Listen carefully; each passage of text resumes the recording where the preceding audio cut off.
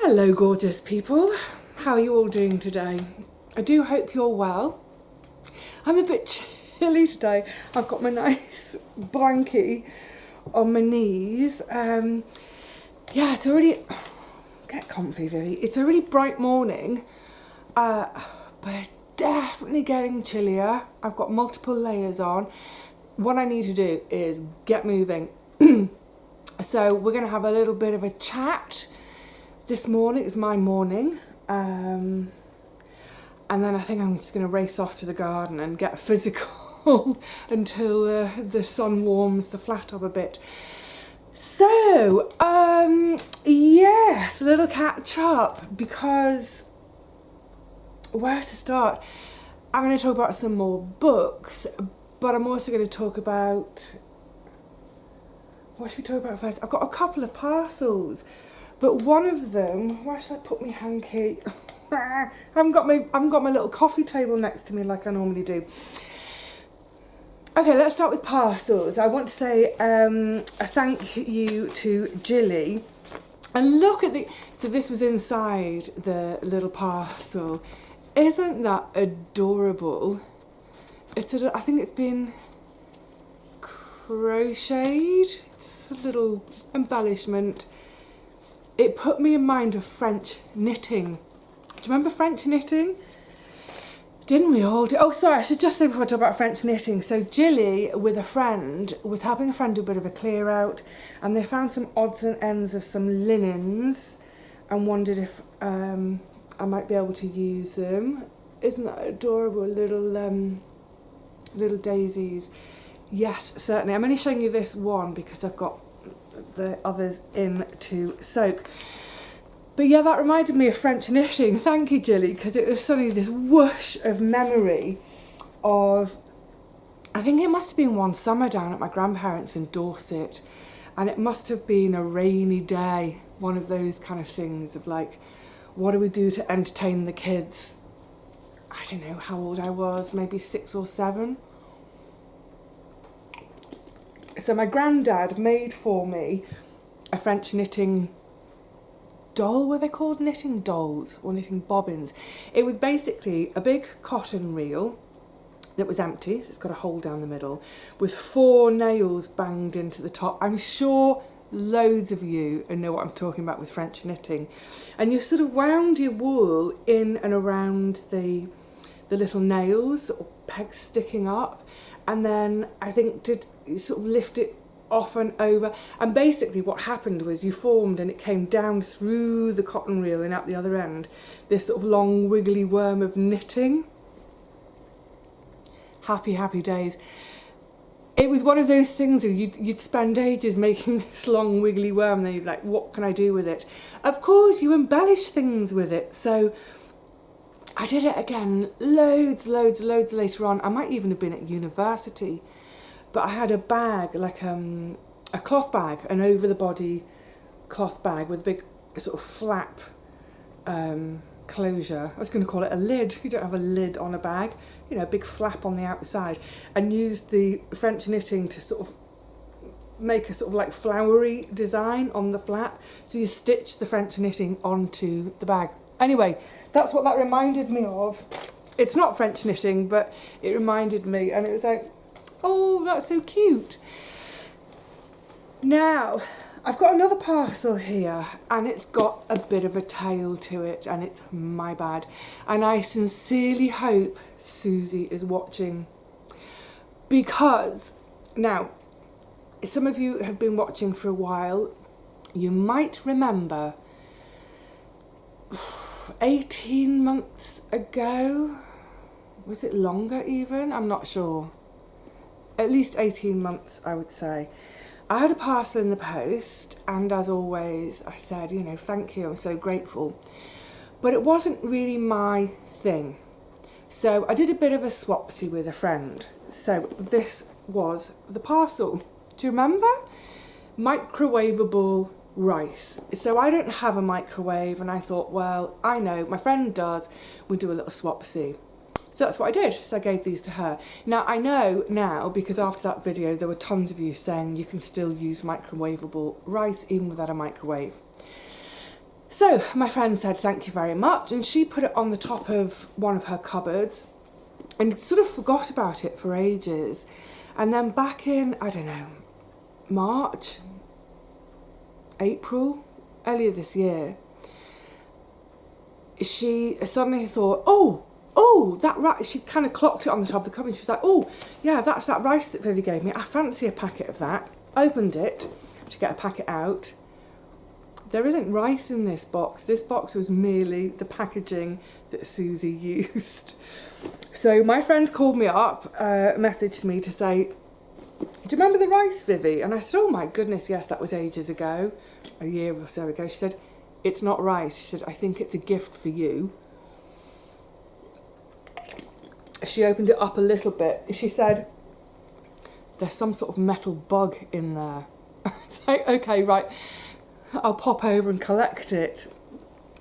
And I hadn't seen her for a while, so went round to collect it.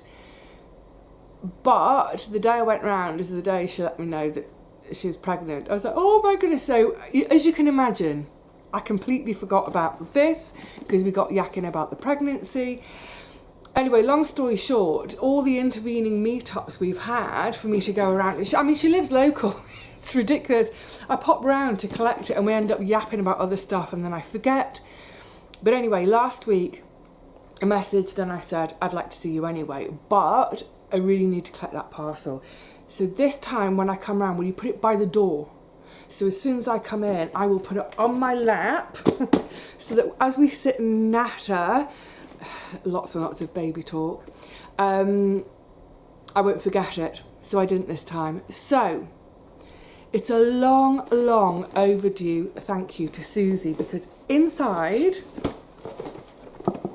so lovely, there are 3 little metal, well, little, they're quite big. Look at that, glistening, sort of ladybird, wasp, bee type ornaments. So cute. Now the thing is, I've decided, and with the next thing I'll show you, I've decided that even though, excuse me, I'm going to keep the garden on for another sort of 6 months to a year. I don't know that I'll keep it for the full year, but you know, as I was saying the other day, it's going to be really, really bare minimum, really bare minimum. Like I said, it's going to be a case of me just keeping it ticking over for the next person. And by way of me storing all my garden stuff until I actually move and have a garden. And then I can move it all out. So I'm not going to be doing anything decorative in the garden. So I'm not going to find these a home in the garden or in my shed. They're going to stay in the box that's not microwavable. What is it? Jasmine coconut rice. My friend, she was so funny. She said, I was so disappointed. I said, well, I'm sorry about your disappointment, but I'm really glad. Anyway, yeah, they're not, I'm going to keep them. And I'm thinking that I'm going to pull out the other thing, it's a bit bigger, that everything will be for my new garden. So, yeah, Susie, I'm so sorry. I'm so sorry that this is a late thank you, a very, very, very late thank you. But, you know, things come full circle, don't they? It's come to me, I love it, and it's now going to be a housewarming, garden warming present from you. But the other thing, this is the main thing, is this is a beautiful, I don't know, it's an absolutely gorgeous sort of junk journal. She's made junk seems too not good enough word. And oops, that's her note. So as you open each page has a flap, and then there are little pockets, little messages. It's beautiful and it's so full of detail. I had I've already had a look through it, of course I have, and it reminded me in a way of, it's like a lift the flap book. You know, I was saying when I was doing the flat tour how I collect pop-up books. I love books with mechanical parts, and it sort of reminded me of that, because you open a flap and then there's a pocket in there, and there's and included in the pocket, so it's a bit. And then there's just lovely words throughout as well, lovely sort of inspirational words. Open it up, and it keeps opening, and there's seeds, look at the lovely little bees, and then these little envelopes with a note. It's got dollars in it. It's absolutely gorgeous, so much. I mean, it's a, you know, never mind the seeds and the notes, but just the way it's all been put together. Friend, thank you. So it's just lovely little words. Thank you for what you do. Ooh, good vibes. I mean, it's good things are worth waiting for. Oh, look, it just keeps wanting to expand and expand. Beautiful papers, really, really gorgeous papers. You're an inspiration. Thank you so, Susie. This is an inspiration. More little notes tucked away. Oh, the peacock feather. Isn't that a thing of beauty? Oh, gorgeous, gorgeous, gorgeous. Oh, that's the next page. It's so lovely. I love this, the little bunny and the dandelion, is it? Yeah, dandelions. Oh, it just melted me, absolutely melted me as I sort of started to look through it at my friend's house, and I realised sort of how sort of personal and special and lovely it was. So I put it away back in the box, came home, and then took it out. But I just love these papers. I think it's maybe I think it was maybe January last year, because it says, to a new rewarding year that's filled with all the wonderful things, good health, good friends, good cheer. Susie, it's had a bit of a journey, hasn't it? But now it's mine to treasure forever. Thank you so much. I'm bowled over by the amount of work that's gone into that and the amount of thought that's gone into it, and it's utterly gorgeous. Thank you so much. It kind of, I hope you're not, I hope you're not offended. I hope you're watching today so that you know how much I love it. But it did make me chuckle to think that, you know, this rice, I thought, I can't use that, give it away. And it's come back to me, and my friend's disappointment because she fancied rice one evening. Anyway, so the other thing today, goodness me, excuse me, slurpy slurp, is reaching down some books. Now, I'm not sure when you're going to see this. I'm filming this it's about the middle of October for me, but you'll probably see it either end of October or into November.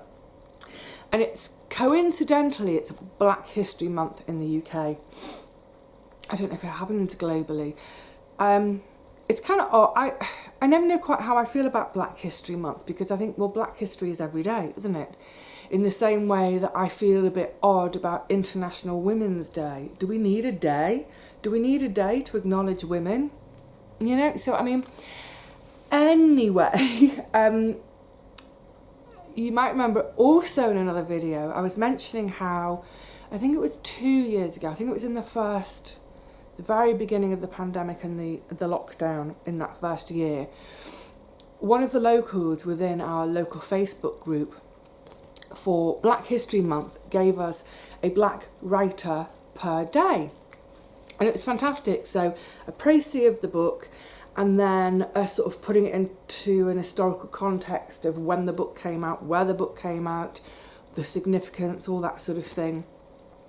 I thoroughly enjoyed it. I copied and pasted it. I've got it on my computer still, because there were quite a few, there were a lot of sort of classics, that sort of books that had come out sort of the 50s and 60s, which I had read. But looking at the list, there were quite a lot of the more modern authors in the last sort of 20 years that I hadn't read. I just sort of didn't know. I knew of course, but I hadn't read them, because in the last 20 years or so, I hadn't read much fiction. Anyway, so I'd sort of clocked it. And then at some other point, I had a conversation with my second cousin, who is also a bookworm, used to work in library services, lucky girl. And then she came over the following summer last year, 2021, when restrictions had relaxed quite a lot. But we decided anyway, we had an outside meetup, and she brought a couple of books with her for me to try. One of those is here. And at the same time, there was another book I bought. Anyway, so a couple of these books are from that original list from a local 2 years ago. And it's pure coincidence that I'm reading them during Black History Month. Like I said, as far as I'm concerned, Black History is every day, in the same way that International Women's Day, I'm a woman every day. Women are being fantastic and amazing and every day. So it's pure coincidence. Anyway, so let's plough in, because I've got a couple of absolute corkers to share with you. But the first one I'm going to start with, I'm starting with this, even though I've just finished reading it a few days ago. I'm starting with it because it's not a negative review, but it's a little bit down. And I want us to cheer up before we say goodbye, which with the others we will. So the first one I read, the first one I'm talking about today is Andrea Levy, Small Island. So I'm a bit late to the party. 2004, I think this was published. Won the Whitbread Novel of the Year, won the Orange Prize for Fiction. Now the Orange Prize, I'm forgetting all these things, I've been so long out of the book trade. I think the Orange Prize is always for female authors. I'm not sure. Anyway, what a book. Oh my goodness. Very briefly, in terms of what the book's about, there are 4 central characters. Well, there's a 5th one, but he's sort of silent. 4 central characters, and the book goes backwards and forwards in time a little. Essentially, it's set in 1948 in London, so it's post-war London when the country is on its knees. It goes back. There are moments of the book that are set during the war, some of it in London, some in India. And there are moments that are the characters, their memories of their sort of early years in Jamaica. So we're talking, sort of the 30s in Jamaica. Firstly, it took me ages to get into it. It's about 500 and something pages long, and it took me about 150 odd pages or so before I was really into it. So nearly a quarter of the way in before it really gripped me. So I think it is a bit of a slow burner, but I'm glad I stuck with it. I was right on the cusp of giving up with it. I didn't know, what is this about? Why am I reading this? What am I doing reading this book? I think partly because one of the main characters, actually all of them they're not the most likeable characters. And it's interesting that, isn't it? It's interesting that the author hasn't kind of made them these lovable characters who we really adore and care about and want to see them do well. I wonder if part of that was the author's way of keeping us emotionally just one step back from it, so that we could read it, or at least for me, I could read it with a slightly more objective sort of thoughts about it. I'm not sure. It might have been a really clever device by her. But yeah, I didn't really care for the characters. I was struggling to get into it, nearly gave up. But I stuck with it. And actually then, because I put it down for about 3 or 4 days, I just couldn't be bothered. Then I did pick it up again and ended up finishing it in 2 evening sessions.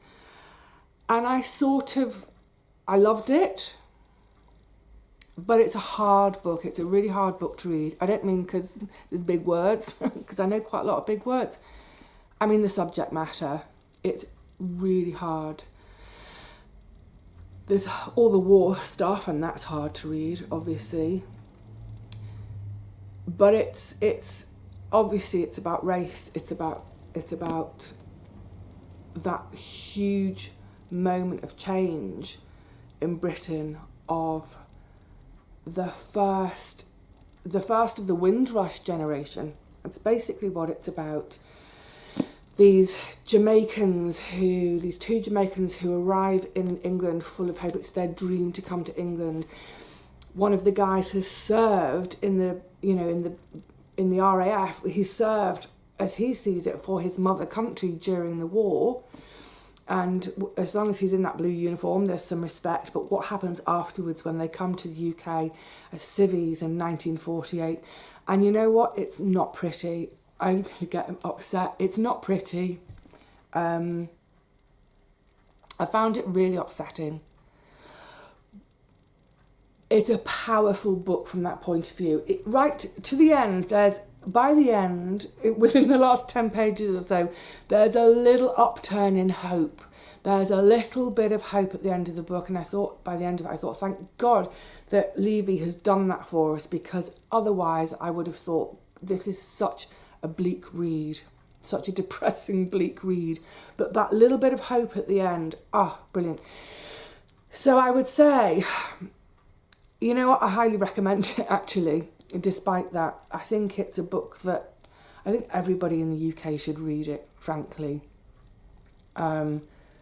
It is really powerful, haunting. Even by the end, I still didn't particularly like any of the characters. A difficult book, beautifully written.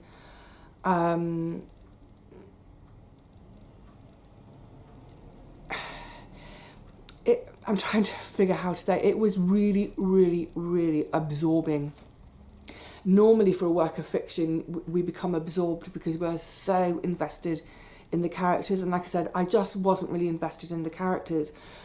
But the time and the themes, I was utterly invested in. So yeah, I highly recommend it from that point of view. But beware, it's not an easy read. It is quite... At times it upset me so much at times, because I hate racism. I don't understand it. I just don't understand it. I don't understand how people can be so vile to other people. So, right, that's why I wanted to talk about that one first. Get it out of the way. But you know what? If you see a copy in a second-hand bookshop and you fancy a challenge, I would say, especially for those of us in the UK, and you know, we live in a multicultural society in our cities, less so outside our cities. But I would say if you live in London as well, or any of our big cities, you know, Bristol as well, then yeah, give it a read. It just helps us to have a broad understanding of who we are today. Anyway, there we go. So, on to some fab ones. Again, I'm probably late to the party with a lot of these things. I think this was published in 2019, so I'm not that late. And they're all fiction, which I've talked about this in the past, and it's made me kind of rethink it on this occasion. That I stopped reading fiction. It wasn't an active choice. I'm going to stop reading fiction now. But it sort of petered out maybe 10 or more years ago. I just felt that, you know, life's too short to be reading silly made-up stories. I want to read facts. I want to read, you know, I want to learn. There's so much to learn. I need to read non-fiction. But actually, all three of these are fiction. That one I've just talked about, yeah, it's fiction. But wow, in a way better than reading a history book, a dry, stuffy history book of that period. Brought it so much to life for me. Fantastic. So, yeah, I'm really enjoying fiction again. I think one of the things with fiction, it's hard to decide, isn't it, when one is looking at books in the bookshop, unless it's been personally recommended, is like, how do you choose? Whereas with non-fiction, it's easier to choose. I think things like,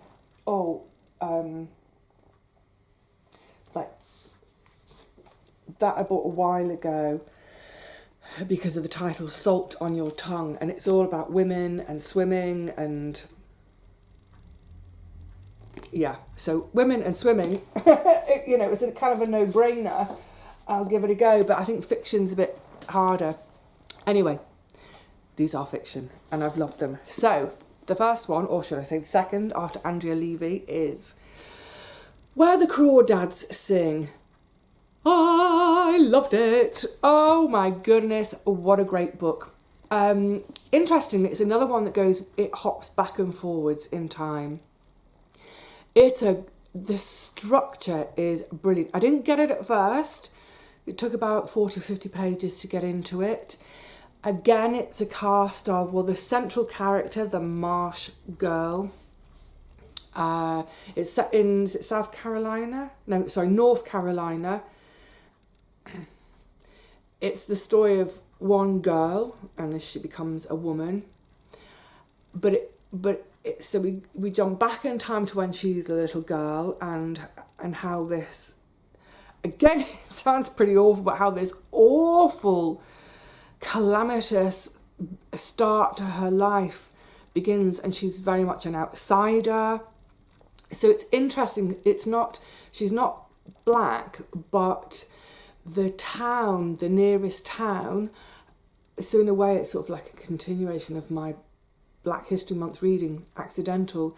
But outside of the town is Blacktown, where the black people have to live, because they're considered.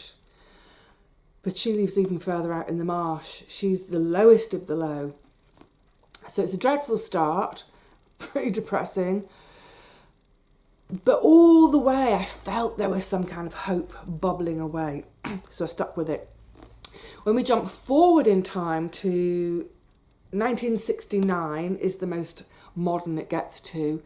There's a murder in the town. So it becomes a bit of a murder mystery. It's like, how is it going to work? It works. And so as the book goes on, though we start, I think, in 1952, but as the book goes on, we start to spend more and more time in 1969. There's the trial for the murder, so there's the whole courtroom scenes. I've never read courtroom scenes in a book. Love them on Law and Order on the telly. I love it when they get into these big ethical debates. So yeah, we have the courtroom drama, brilliant. It was it was getting late one evening. I was like, I don't care if it goes past midnight. I have to wait up until after the verdict. I managed to get it read as far as the verdict just before midnight. And then it goes on after that a little while. It sort of gives us an update much later on about all the different characters. Have a handkerchief. I don't know why, but I think the tension is built brilliantly in the courtroom drama section of it. The sort of inequality between human beings. How can one human being be regarded as better than another simply because of colour or circumstance, whatever? So all that inequality, I think that had been festering and bubbling away in me, and that just upsets me so much. So yeah, but it was fantastic. And what I loved, thank you, Delia Owens. Thank you so much to her as a writer, because she gives us a really satisfying ending and all the loose ends are tied up. It's that kind of... The ending of the book is like having a really lovely pudding after a gorgeous meal. It's the icing on the cake, as it were. If I didn't have the pudding, I'd be happy with the meal, but it just makes it. And it must have been about 5 pages before the end. And I was imagining an ending, and I was thinking, I wonder if that's the thing I think is going to happen. I hope it does, because that would be really neat. And yeah, it did. So I guessed the ending, but it didn't matter. I was really, really happy she gave us that ending because it's neat and I liked it. So, yeah, I'm going to say that it's not going to be my book of the year. That's still reserved for the Dick Prennicky, but it's very, very high up there. For a work of fiction, put it that way, absolutely loved it, romped through it, would happily read it again, but life's too short. My sister gave me this copy, so that I should have said, sorry, that my second cousin, thank you, Maggie, gave me that copy. These are all now going to go to my community library so someone else can enjoy them. Sis gave me that one, so I finished it late at night, but the next morning I got straight on the computer and typed out quite a long email to say how much I loved it. She got back to me and said apparently there's a film has been made of it, and I said, oh, I don't know that I want to watch the film of it, because the pictures that Delia creates, or her words, and then my mind created such strong images. I don't think I want those images to be spoiled. And such a contrast, say, with the Andrea Levy, in that with the characters in this, especially the central character of the girl later, the woman, I just adored her, and I just wanted the best for her all the time. I was so invested in her. That's why I ended up crying. Yeah. Weirdly, this next one also brought a tear towards the end. That was really unexpected. It was more of a pricking and that thing in the throat, which I really wasn't expecting. But this is the last book. Well, there's one I've just started, which I'll talk about very briefly. But otherwise, bear with me. Bernardine Evaristo, Girl, Woman, Other, published in, it must have been 2019, won the Booker Prize. So yeah, it's like, well, it's got to be a good one. Now, she's written others. I think there's about 3 others she's written. But I chose to start with this because of the subject matter and also because it had won the Booker. Very briefly, it's in 4 parts. Each part is divided into, has 3 characters in it. They're all women, the characters, and so within each part, the three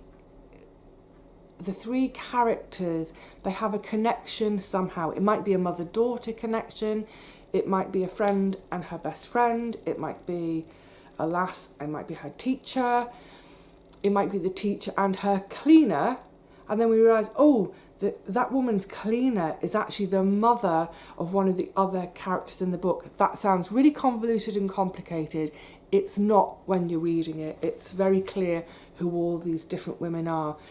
And it's a sort of a snippet in time of each of their lives. So it's set now. It's all set in London, which I loved because it's the London I know. Whether it be sort of, the party scene, the work scene. The first character is a theatre writer, and she's finally on at the National Theatre. So there's a lot of theatre chat at the beginning, so I was immediately hooked. Yes, I know that world, love it. So it's a very simple concept in a way. Each of these women, they relate somehow, but it's a snippet about them. It's almost like a little biography, a day in the life of. But it's so much more than that. My goodness, this is a vast book in how the ranginess of the subject matter. So it's about black women. There are moments reading it when, one simply forgets about the colour of this character, but then something will happen, it's like, yes, we're reminded. So they're all black women, they're all different ages. Some of the women are are immigrants to the UK, some are UK born, and it's just such huge subject matter to talk about. For example, that, you know, it's a book about history, it's about culture, it's about then, it's about now. In fact, it says it on the back, I think. It is future, it is past, it is fiction, it is history, it is a novel about who we are now. So we may have a young woman born in the UK, gets herself a great education, gets a great job. I don't want to give anything away really, but gets a great job, kind of a city type job, minds her P's and Q's, watches how she speaks, falls in love. The guy she falls in love with is white, he's upper middle class, quite posh. And her mum is Nigerian and gets upset to see that her daughter is becoming too English. She's like, you're Nigerian, you've changed what you're eating, you've changed the way you speak. So there's all these questions about assimilation, about, like I said, the subject area is huge, but about what culture and identity mean. Does one have to drop one's culture in order to fit in order to work, in order to simply exist? Some tough stuff. But also it's almost a glorious celebration of women's sexuality and their sort of sexual urges and partners and sexuality after 50, sexuality at 20. It is fantastic. It goes all over the place in a way, but we always feel anchored in it somehow. I'm being really inarticulate about it, aren't I?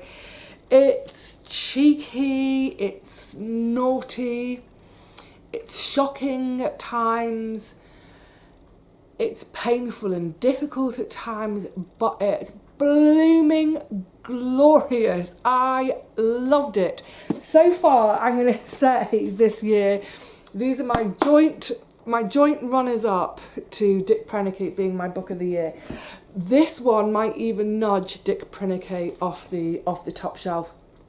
Highly recommend it. The Sunday Times at the time said, exuberant, freewheeling, triumphant.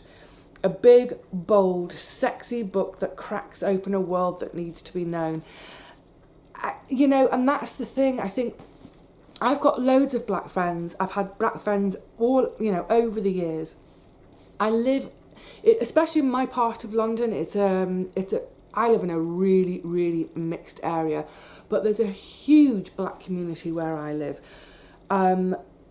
You can walk down my high street and you can either, if you want to buy your Nigerian food supplies, you can. If you want to buy your Jamaican patty, you can.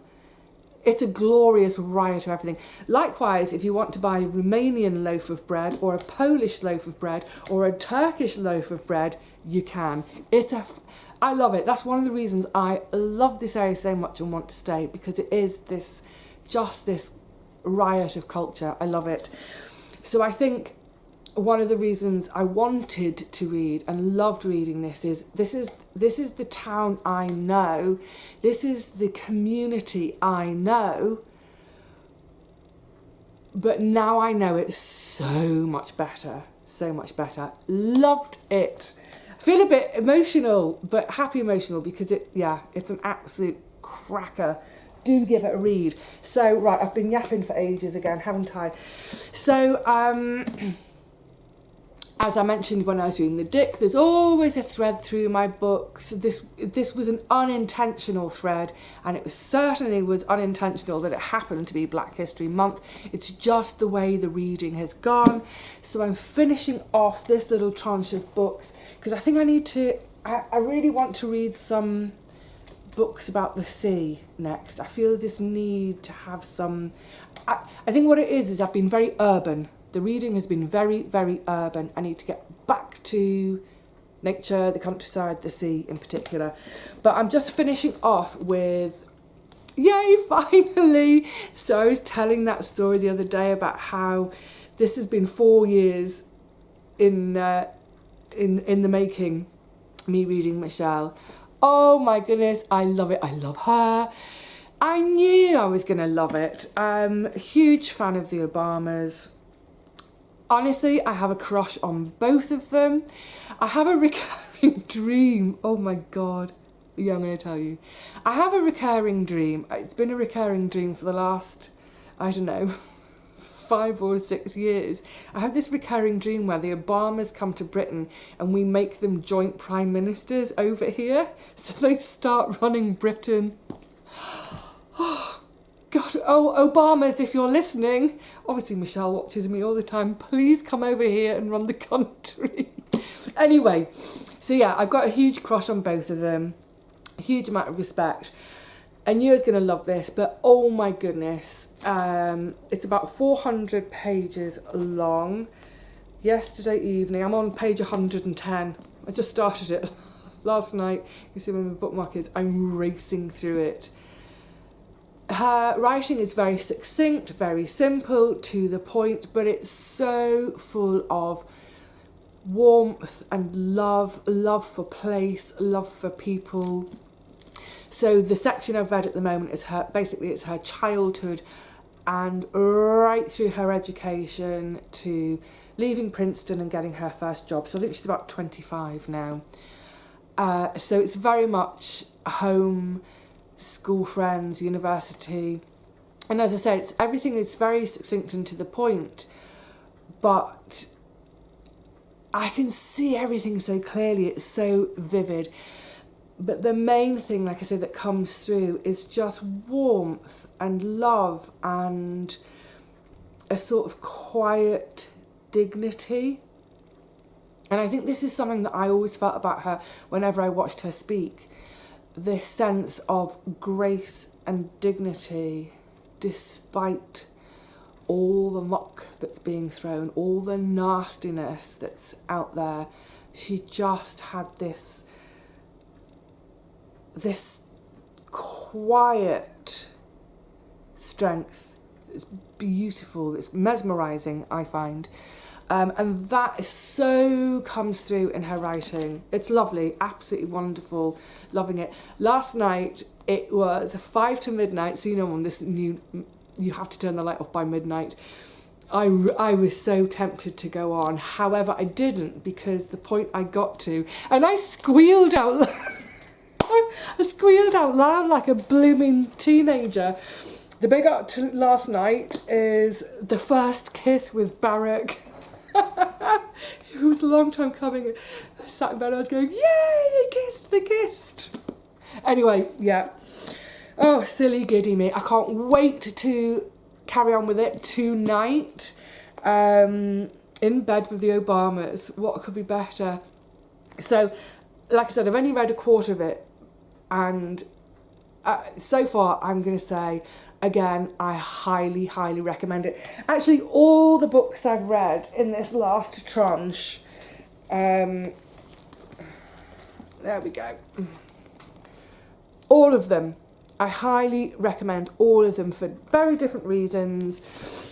That for a sort of a quickie, fun fiction whodunit, happy ending. Well, not happy ending as such, but a nice for the reader ending, a nicely tied up end reading. Bit of frippery, but great. Highly recommend that because, oh my goodness, it's true. It opens up a world that I'm part of, but I didn't know with that kind of depth. Wonderful. And I think the thing about it is that there's so much that I identified with because I'm a woman. But the whole extra layer on it about what it means to be a black woman, it just gave me so much more. Brilliant. So it's a romp and it's a fun read, but the subject matter is much huger than the Crawdads. The Andrea Levy I do recommend. I think, like I said, I think everyone in the UK should read it. I think it should be on every school syllabus. It's not an easy read. It's actually a really, really upsetting read at times. But like I said, glimmer of hope at the end. And then finally, yeah, absolutely highly recommend Becoming. by Michelle Obama. What a woman. What a fab woman. I want to be Michelle when I grow up. So that's it. Oh, my toes have gone a bit... It is getting chillier here, and I'm okay because I've got layers on, but despite 2 pairs of socks, excuse me, and my feet, I've got my blanket tucked under my feet are feeling chilly, so it's a sign that I definitely need to shut up and get moving. And I think I'm going to get moving down to the garden to see what mischief I can get to there. So thank you for hanging out with me again today, and Susie, I really hope you see this one, because I really hope that you can see how much delight, utter delight your parcel brought to me. All right, lovelies, until the next one, happy reading, happy cosy times, happy getting outside when it's dry and running around and staying warm times. Cheerio.